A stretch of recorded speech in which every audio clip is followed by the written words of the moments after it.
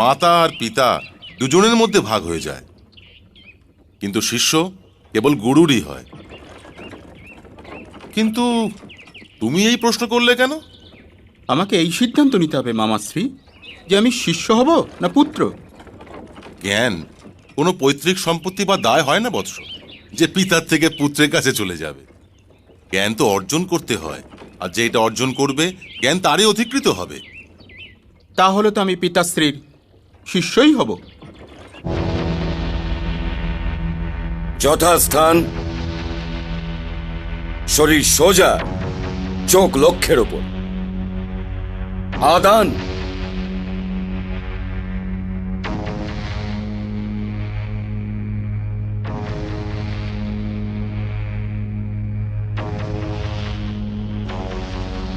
বন্ধন।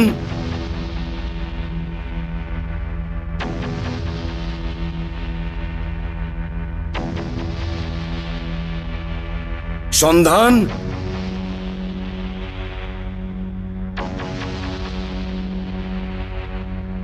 মক্ষণ।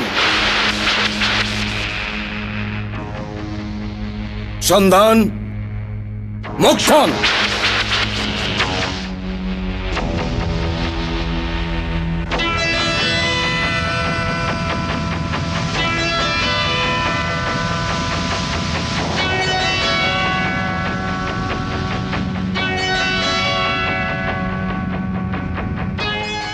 এই বানটা কার?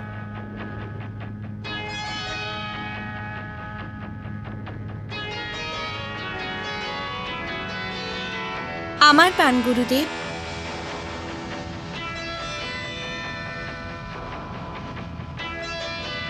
ক্ষত্রিয় ধর্মের পরিভাষা কি হয় বৎস?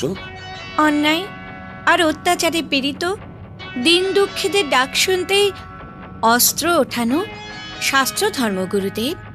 আর রাজপুত্রের ধর্ম কি হয়? নিজের প্রাণ দিয়ে প্রজাদের অধিকারের মূল্য পরিশোধ আর ওদের রক্ষা করাটাই রাজপুত্রের ধর্ম গুরুদেব। আর তোমার পরিচয় কি অর্জুন? আমার কেবল একটাই পরিচয় আছে গুরুদেব, যে আমি আপনার শিষ্য। এসো বৎস।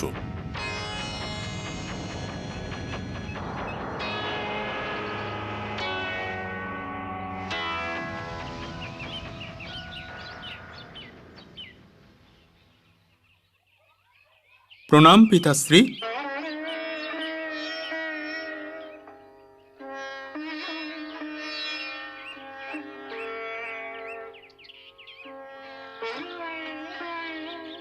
দীর্ঘজীবী হও, দীর্ঘজীবী হও।